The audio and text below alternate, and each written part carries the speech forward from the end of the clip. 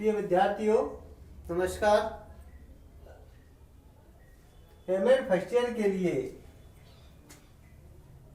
मैं वीडियो लेकर के आया हूं, जिसमें मेरा विषय है शैक्षिक अध्ययन और आज का मेरा प्रकरण है यूनिट 3, 4, 5 यूनिटों का सिलेबस। शैक्षिक अध्ययन जो पेपर है उसके 2 यूनिटों के बारे में मैंने आपको इससे पहले वाली वीडियो में बता दिया था। अब इस वीडियो में मैं आपको यूनिट 3, 4 और 5 के बारे में मैं आपको बताऊंगा कि जो शैक्षिक अध्ययन का जो पेपर है, जो विश्वविद्यालय ने निर्धारण किया है आपका, उसमें 3rd यूनिट में क्या दिया गया है, 4th यूनिट में क्या दिया गया है और 5 यूनिट में क्या दिया गया है। कौन सी विषय वस्तु 3rd यूनिट में है, कौन सी विषय वस्तु 4th यूनिट में है और कौन सी विषय वस्तु 5 यूनिट में है। अगर हम संपूर्ण जो आपकी सिलेबस है उस पर हम विचार करें तो मैंने आपको बताया था कि 5 यूनिटों में डिवाइड किया गया है। First unit, second unit, 3rd, 4th और 5। तो मैंने 2 यूनिटों का पहले इसको बता दिया था। अब मैं 3rd, 4th, 5 को इसमें आपको बता रहा हूँ, जिसमें क्या क्या विषय वस्तु है उसके अंतर्गत मैं आपको लेकर के आपको चल रहा हूँ, जिसमें है यूनिट 3 शिक्षा के बदलते संदर्भ। अब शिक्षा के बदलते संदर्भ जो शैक्षिक अध्ययन में हम देखें तो कई प्रकार के हमारे संदर्भ इसमें देखने को मिलते हैं, जिसमें ग्रामीण और शहरी संदर्भ। ग्रामीण और शहरी संदर्भ में शिक्षा के बदलते स्वरूप आपको देखने को मिलते हैं कि ग्रामीण क्षेत्रों में क्या है और शहरी क्षेत्रों में किस प्रकार से हमें देखने को उनको मिलता है। बहुउद्देशीय विद्यालय और जनजातीय विद्यालय, कई प्रकार की शिक्षा के बदलते संदर्भ में हम अगर विषय वस्तु की बात करें इसके ये यूनिट में, तो हमें बहुउद्देशीय जो हमारे विद्यालय है वो कई उद्देश्यों को लेकर के हमारे चलते हैं, कई चीजें उसमें समाहित की जाती है, सही व्यवस्थाएं उसमें दी जाती है। और जनजातीय विद्यालय जो कि हमारे जो जनजातीय वर्ग के लोग हैं, बालक एवं बालिका है, उनके लिए हमें विद्यालय की व्यवस्था भी इसके अंतर्गत की गई है, जो कि सिटी में भी इसकी व्यवस्था की गई है और ग्रामीण क्षेत्रों में भी इसकी व्यवस्था की गई है। क्योंकि कई बार ऐसा होता है कि हमारे बहुउद्देशीय जो विद्यालय है वो खोल दिए जाते हैं, लेकिन अलग से जो हमारे जनजातीय जो बालक बालिकाओं को इनकी सुविधाएं उनमें नहीं मिल पाती, तो उनको अलग से भी ये विद्यालय की व्यवस्था की गई है। तो जनजातीय विद्यालय भी हम इसके अंतर्गत लेते हैं, जिसमें शिक्षा के बदलते स्वरूपों को हम देखें तो ग्रामीण क्षेत्रों में, शहरी संदर्भ में बहुउद्देशीय विद्यालय एवं जनजातीय विद्यालयों के बारे में हम इसमें अध्ययन करेंगे। इस यूनिट में हम चर्चा करेंगे। और विभिन्न बोर्ड से मान्यता प्राप्त विद्यालय, और जो भी विभिन्न बोर्ड है हमारे जो कि हमारे माध्यमिक शिक्षा बोर्ड है जो राजस्थान में अगर हमारा चलता है, या अन्य जगह के जो बोर्ड है उनके द्वारा मान्यता प्राप्त जो विद्यालय है उनकी भी हम इसमें विभिन्न प्रकार के जो बदलते स्वरूप है उसके संदर्भ में हम देख सकते हैं कि विभिन्न बोर्ड से मान्यता प्राप्त जो विद्यालय, जो कि प्राइवेट भी हो सकते हैं, निजी विद्यालय भी हो सकते हैं और सरकारी विद्यालय भी हमारे हो सकते हैं, ये भी हमारे इसके अंतर्गत हम कई प्रकार की बातें शिक्षा के बदलते संदर्भ में अगर हम बात करें और शहरी और ग्रामीण क्षेत्र के संदर्भ में हम लेते हैं तो बहुउद्देशीय विद्यालय, जनजातीय विद्यालय, विभिन्न बोर्ड से मान्यता प्राप्त विद्यालय भी इसके अंतर्गत हम बताते हैं। ये सारे यूनिट शैक्षिक अध्ययन के अंतर्गत आती है, तो इसके बारे में भी हम गहनता से चर्चा करेंगे, इसके बारे में हम पढ़ाएंगे। तो हम एक एक चीज को लेकर के चल रहे हैं कि कौन सी विषय वस्तु इसमें समाहित की गई है। मैंने इसके इंग्लिश का हिंदी वर्जन किया है, और हिंदी वर्जन इसलिए किया है कि आपको स्पष्ट रूप से समझ में आ जाए कि कौन से सिलेबस में क्या क्या चीजें हम बताई गई है, उसको हम आसानी से पुस्तकों का संकलन करते हुए हम पढ़ सके, ऐसी बातें भी इसके अंतर्गत रखी गई है। तो उनके बारे में हम देखें, सुने और पढ़ें, और मैगजीनों के द्वारा या अच्छे जो हमारे विद्वान जो प्रोफेसर है उनकी जो पुस्तकें हैं वो पुस्तकालय से संकलन करते हुए या उनसे कंसल्ट करते हुए आप अपना अध्ययन कर सकते हैं। तो ये भी है, इन चीज़ों को भी हम इसके अंतर्गत पढ़ सकते हैं। दूसरा है शिक्षा के शिक्षण एवं अध्यापक की भूमिका के बदलते विचार।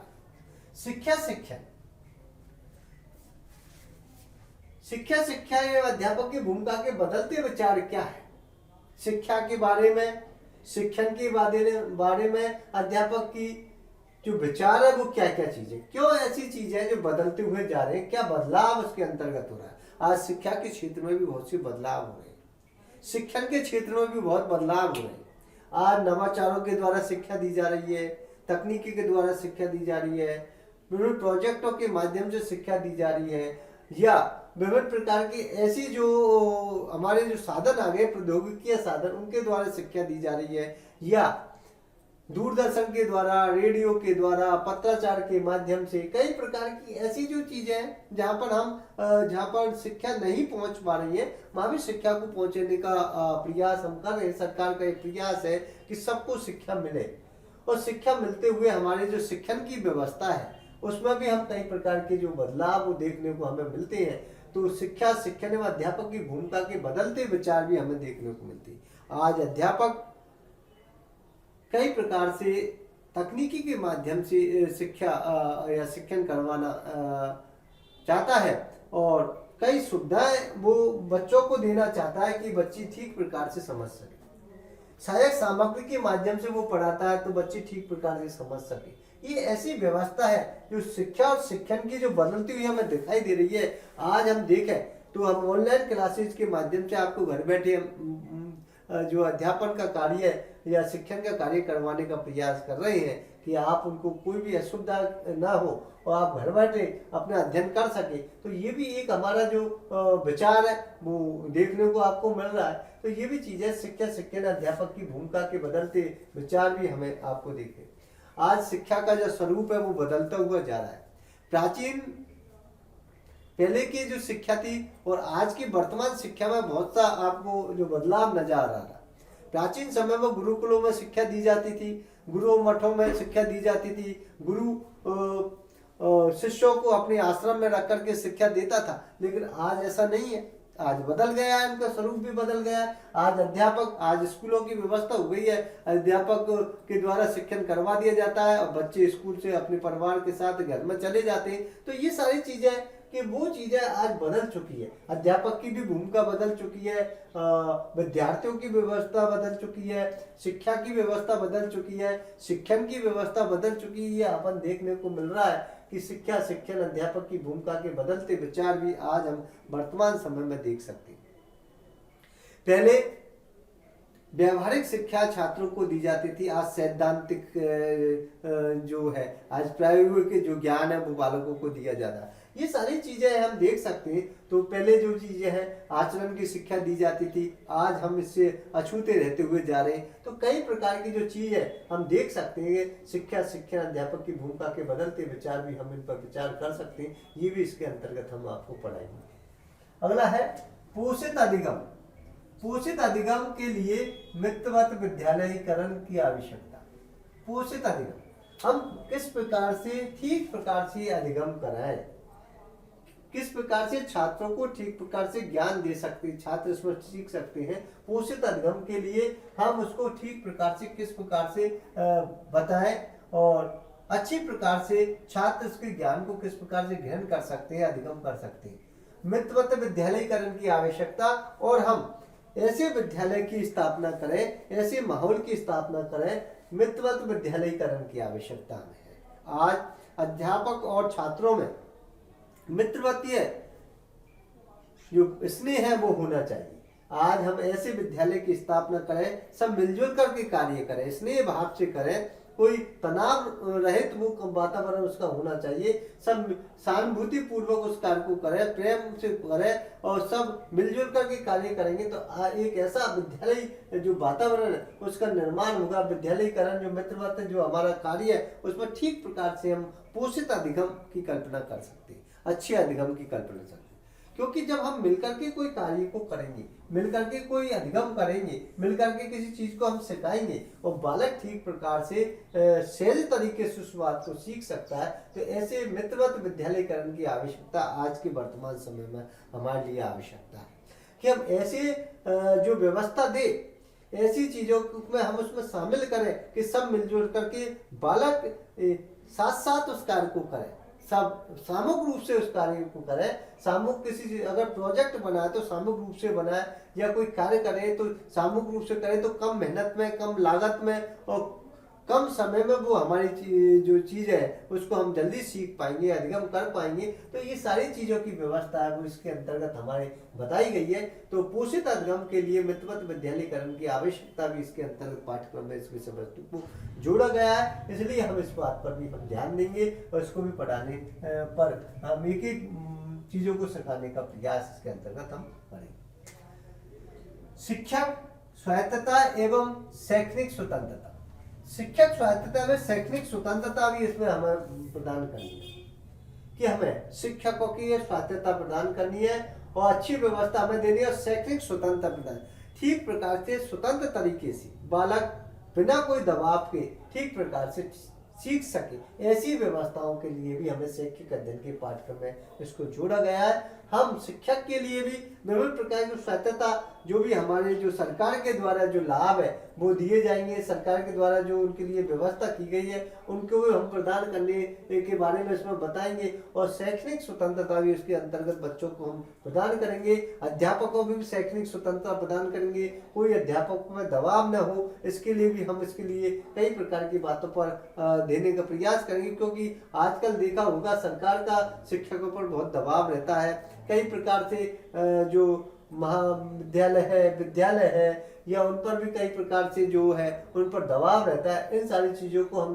स्वतंत्रता की दृष्टि से, क्योंकि बालक स्वतंत्रता की दृष्टि से सीख पाएगा। अध्यापक पर अगर दबाव होगा ठीक प्रकार से स्वतंत्र तरीके से वो नहीं पढ़ा पाएगा, इसलिए स्वतंत्रता अध्यापक के लिए भी जरूरी हो जाती है कि हम उसको स्वतंत्र तरीके से वो छात्रों को पढ़ाए और उन पर कोई दबाव नहीं हो, तभी वो स्वतंत्र तरीके से पढ़ा सकता है, निर्भीक होकर के पढ़ा सकता है, खुले वातावरण से पढ़ा सकता है, अच्छी तरीके से बालकों को समझा सकता है। अगर उनको कई प्रकार की सुविधाएं अध्यापक को मिलेगी, कई प्रकार के शैक्षणिक दबाव बिल्कुल उन पर नहीं होगा, तो ठीक प्रकार से अच्छा अधिगम वो छात्रों को करा सकेगा। ये भी बातें इसके अंतर्गत हम रख सकते हैं। तो ये भी हमारी तीसरी यूनिट के अंतर्गत बताई।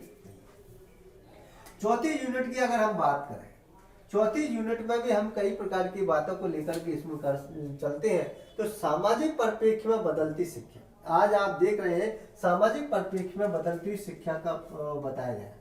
सामाजिक स्तर पर आपने देखा होगा, सामाजिक परिदृश्य में अगर देखें तो शिक्षा की स्थिति बदल चुकी है। सामाजिक परिदृश्य में बदलती शिक्षा, आज स्थिति इतनी बदल गई कि सामाजिक तौर तरीके, सामाजिक जो आपने वातावरण है, सामाजिक जो आपके माहौल है, सामाजिक परिवेश है, सामाजिक जो रहन सहन है, पारिवारिक जो वातावरण है, वो आज बदलता हुआ दिखाई दे रहा है।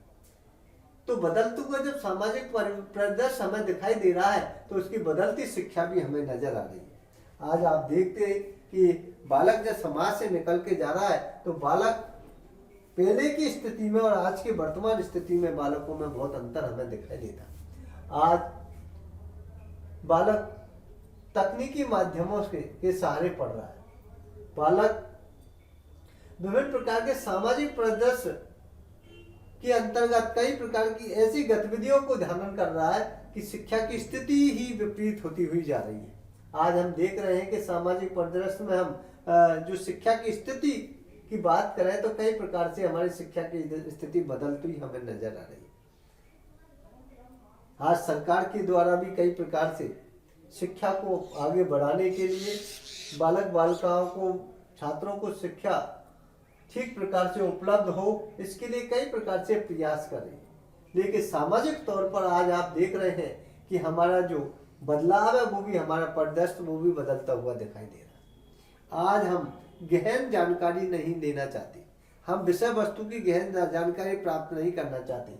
आज शिक्षा जो है वो हम ऊपरी आवरण को देख करके, हमारे जो विभिन्न प्रकार के जो आवंटन है, विभिन्न प्रकार के जो हमें दिखाई दे रहे हैं, उन चीजों के अंतर्गत ही हम चल रहे हैं, ढल रहे हैं। लेकिन आज हमें ऐसा नहीं करना चाहिए। सामाजिक परिदृश्य में बदलती शिक्षा इसलिए तो क्योंकि हम अच्छे नागरिकों के लिए शिक्षा दें, अच्छा नागरिक हम बालकों को बनाए जो समाज के लिए अच्छा कार्य कर सके, राज्य के लिए, राष्ट्र के लिए अच्छा कार्य कर सके।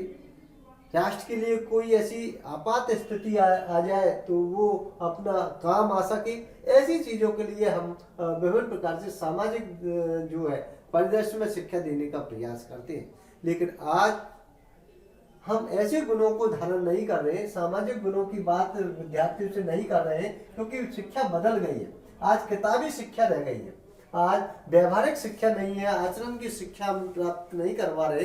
इन पर हमें जोर देना चाहिए।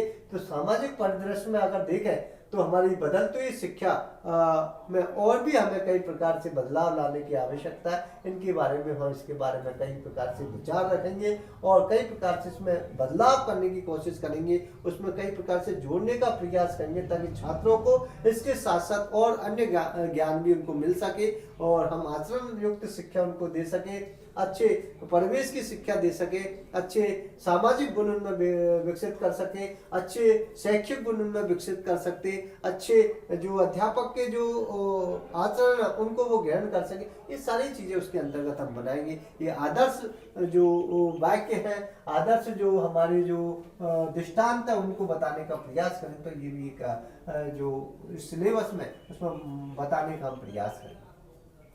अगला है एक समाज की सामाजिक विचारधारा, जो क्योंकि ये यूनिट का जो था सामाजिक परिदृश्य में बदलती शिक्षा, इसमें यूनिट का जो थीम थी उसमें है एक समाज की सामाजिक विचारधारा के परिदृश्य में शैक्षिक लक्ष्य।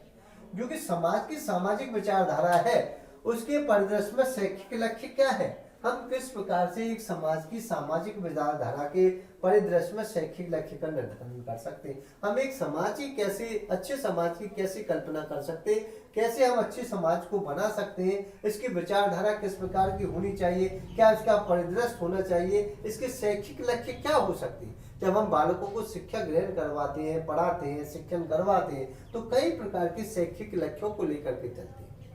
जब तक हमने लक्ष्य निर्धारण नहीं किया है तब तक हम सफलता की ओर नहीं जा सकते।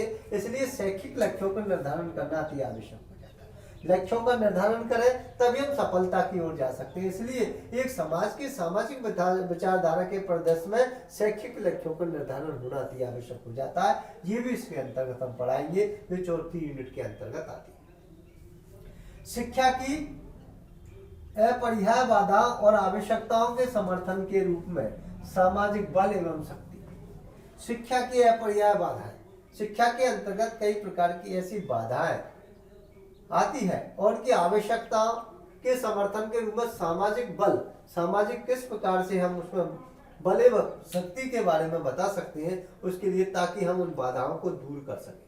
समाज की अपरिहार्य बाधाएं और आवश्यकता किस प्रकार से समर्थन के रूप में सामाजिक बल एवं शक्ति का प्रयोग कर सकते हैं। ऐसी बाधाओं को हम शिक्षा के अंतर्गत जो रुकावट पैदा कर रही है, तो शिक्षा के अंतर्गत हम किस प्रकार से उनको दूर कर सकते हैं, ऐसी रुकावटों को किस प्रकार से हम हटा सकते हैं, इनकी क्या आवश्यकता इसमें होती है, कौन से समर्थन के रूप में हमें कौन कौन सी शक्तियों की इसमें आवश्यकता होती है, किन लोगों से हम सहायता प्राप्त करके इन बाधाओं को दूर कर सकते हैं, किस प्रकार इसको प्रयोग कर सकते हैं, ताकि अच्छे नागरिक समाज के बालक बालिकाएं बन सके और शिक्षा को ठीक प्रकार से प्राप्त कर सके और जो आने वाली कठिनाइयों को हम दूर कर सकते, ये भी एक इसके अंतर्गत बताया गया। ज्ञान के क्षेत्र के रूप में शिक्षा, और ज्ञान के क्षेत्र के रूप में अगर हम शिक्षा की बात करें, जो ज्ञान के क्षेत्र को किस प्रकार से हम शिक्षा के द्वारा बढ़ा सकते हैं, ज्ञान के क्षेत्र के रूप में शिक्षा किस प्रकार से उपयोगी हो सकती है, किस प्रकार हम इसको बढ़ा सकते हैं, किस प्रकार से हम सीख सकते हैं, किस प्रकार से आगे बढ़ा सकते हैं, ये भी जो शैक्षिक अध्ययन की जो हमारी यूनिट है इसके बारे में बताने का प्रयास हम कर रहे हैं। तो ये भी बात है। विद्यालय और अध्यापक शिक्षा की कड़ी एवं मानवीय स्वभाव। विद्यालय और अध्यापक शिक्षा की कड़ी एवं मानवीय स्वभाव। विद्यालय और अध्यापक शिक्षा की कड़ी एवं मानवीय स्वभाव में भी हम कई प्रकार की बातें इसमें शैक्षिक अध्ययन के सिलेबस में हम ले सकते हैं कि विद्यालय और अध्यापक किस प्रकार से एक दूसरे से जुड़े हुए हैं, एक दूसरे से आपस में सहसंबंध रखते हैं, किस प्रकार से शिक्षा की एक कड़ी के रूप में है, और उनके मानवीय जो स्वभाव है, मानवीय कार्य है, मानवीय कर्तव्य है, वो कौन कौन से, इन सारी चीजों पर इन यूनिटों में हम चर्चा करेंगे। क्योंकि मैंने इस यूनिटों को बताने का एक बहुत ही सरल तरीके से इसको बताया है। विद्यालय और अध्यापक की शिक्षा की कड़ी के रूप में मानवीय स्वभाव को इसके अंतर्गत बताया गया। यूनिट मैंने चौथे में आपको बता दिया था, जिसमें से एक बिंदु और है, गैर सरकारी संगठन, एनजीओ, उद्योग, व्यवसाय, समुदाय और कारपोरेट के जगत के रूप में शिक्षा और अन्य सामाजिक क्षेत्रों के बीच संबंध। गैर सरकारी जो संगठन है हमारे, वो एनजीओ जो कार्य करते हैं, उनके लिए उद्योग, व्यवसाय, समुदाय, कारपोरेट जगत के रूप में शिक्षा अन्य सामाजिक क्षेत्र के बीच में किस प्रकार से हम संबंध स्थापित कर सकते हैं इन सारी चीजों में। क्योंकि आजकल शिक्षा के क्षेत्र में हमारे जो गैर सरकारी संगठन है, वो भी हमारे शिक्षा को बढ़ावा देने के कई रूप से प्रयास कर रहे हैं, उनका भी काफी योगदान हमें रहता है। इसलिए गैर सरकारी संगठन जो एनजीओ जो हमारे जो काम कर रहे हैं, वो भी हमारे कई प्रकार से लाभकारी सिद्ध होते हैं, उनके बारे में भी यूनिटों में जोड़ा गया है।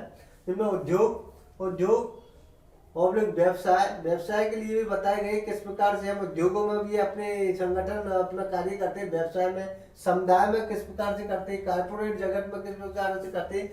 तो ये सब शिक्षा और अन्य सामाजिक क्षेत्रों के बीच में किस प्रकार से सहसंबंध स्थापित करते हैं, किस प्रकार से इनका संबंध होता है, उनके बारे में भी इस सिलेबस में बताया गया है। इसके बारे में भी हम अध्ययन करेंगे। फिर पांचवी इकाई में कोटा विश्वविद्यालय कोटा ने जो सिलेबस बनाया, उसमें जो 5 इकाइयों को बनाया, उसमें अंतिम 5वीं इकाई में है शैक्षिक परिवर्तन और राष्ट्रीय विकास। शैक्षिक परिवर्तन और राष्ट्रीय विकास में जो अपन देखते हैं किस प्रकार से शिक्षा में परिवर्तन हो रहा है, किस प्रकार राष्ट्रीय विकास हमारा दिखाई दे रहा है, इससे शिक्षा में जो बढ़ोतरी हो रही है और शिक्षा को जो आगे हम बढ़ा रहे हैं, किस प्रकार से हम इस प्रकार से शिक्षा को प्राप्त करते हुए हम राष्ट्रीय विकास की ओर हमारा ध्यान जा रहा है, हम राष्ट्र की उन्नति की ओर ले जा रहे हैं। तो ये भी एक यूनिट की थीम है। उसके अंतर्गत हम भूमंडलीकरण के अंतर्गत भी हम कई प्रकार की बातों को पढ़ेंगे कि सबके लिए हम इस प्रकार से हम पूरे भूमंडल में जो हमारा जो उद्देश्य होता है, सबके लिए हमारा जो शिक्षा का जो प्रावधान है वो सबके लिए मिले, चारों तरफ हमारे जो शिक्षा का प्रचार प्रसार हो, इन सारी सभी बातों का हम इस पर ध्यान रखने का प्रयास करेंगे। ये भी इसके अंतर्गत हम पढ़ेंगे। निजीकरण के क्षेत्र में जो आज हम शिक्षा निजीकरण के क्षेत्र में बढ़ावा दे रही है, वो भी कई प्रकार की ऐसी विद्यालय है जो कि कई प्रकार के जो उच्च शिक्षा प्रदान कराने के लिए कई प्रकार से तत्पर है। ऐसी चीजों निजीकरण और उदारीकरण के परिप्रेक्ष्य में विकास के दृष्टिकोण, निजीकरण उदारीकरण किस प्रकार से अच्छी प्रकार से सहज ढंग से हम शिक्षा को प्राप्त करवा सकते हैं, ऐसे परिप्रेक्ष्य में विकास के दृष्टिकोण को हमें ध्यान रखना होगा। इन सारी चीज़ों का भी हम इस यूनिट में जो है ध्यान देंगे और यूनिट में पढ़ने का कार्य करेंगे। विद्यालय शिक्षा की आवश्यकता और ये जो दृष्टिकोण है उसमें विद्यालय शिक्षा की किस प्रकार से आवश्यकता है, जो निजीकरण उदारीकरण के परिप्रेक्ष्य में विकास के दृष्टिकोण में विद्यालय शिक्षा की आवश्यकता क्यों मानी गई है, किस प्रकार से हम जो विद्यालय शिक्षा है उसमें इन सारे विषय वस्तु को पढ़ सकते हैं ताकि हम अच्छी प्रकार से कार्य कर सके, अच्छा व्यवसाय कर सके, अच्छे हमारे जो उदारीकरण की जो प्रवृत्ति है उसको अपना सके, सबको साथ लेकर चल सके और राष्ट्रीय विकास में योगदान दे सके। इन सारी चीज़ों की शिक्षा की आवश्यकता हमें इन जो शैक्षिक अध्ययन के पाठ्यक्रम में हम अपना सकते हैं और उसको पूरा कर सकते हैं।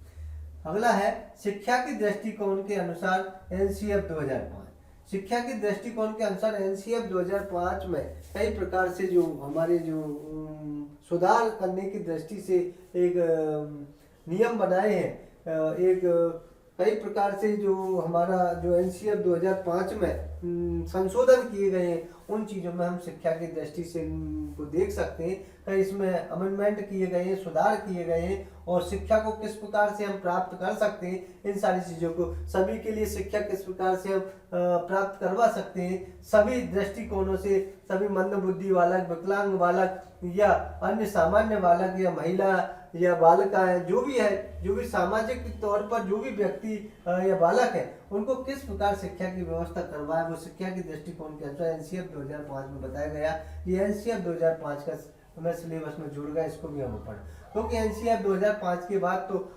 2009 का अमेंडमेंट हो गया है, तो हम इसको भी हम पढ़ सकते हैं, लेकिन एनसीएफ 2005 का इसमें दिया गया। जिम्मेदार नागरिकों के लिए शिक्षा, और जिम्मेदार नागरिकों के लिए शिक्षा किस प्रकार उपयोगी है, जिम्मेदार नागरिकों के लिए शिक्षा क्यों आवश्यक है, जो जिम्मेदारी से हमारा कार्य करें उनसे किस प्रकार से हम शिक्षा के जिम्मेदारी के रूप में उनसे कुछ कार्य को सीख सकते हैं, और वे अपने उत्तरदायित्व को कैसे निभा सकते हैं, अच्छे नागरिकों की क्या जिम्मेदारियां होनी चाहिए, शिक्षा के प्रति हम कैसे बढ़ावा दे सकते हैं, किस प्रकार अध्यापक को इन जिम्मेदार नागरिकों के रूप में मान सकते हैं और सामाजिक वो विकास कर सकते हैं, राष्ट्रीय विकास कर सकते हैं। तो मैंने 5 यूनिटों के बारे में आपको गहनता से समझाया, जो कि शैक्षिक अध्ययन के अंतर्गत first, second, third, fourth, 5 unit के बारे में कोटा विश्वविद्यालय कोटा ने जो सिलेबस निर्धारण किया है शैक्षिक अध्ययन का, जो मैंने बताने का प्रयास किया है। इससे पहले मैंने फर्स्ट और सेकंड यूनिट को बता दिया था, अब इस वीडियो में थर्ड, फोर्थ और 5 यूनिट का सिलेबस मैंने आपको बताने का प्रयास किया है। आप इसको गहनतापूर्वक सुनेंगे और देखेंगे। जय हिंद, जय भारत, नमस्कार, धन्यवाद।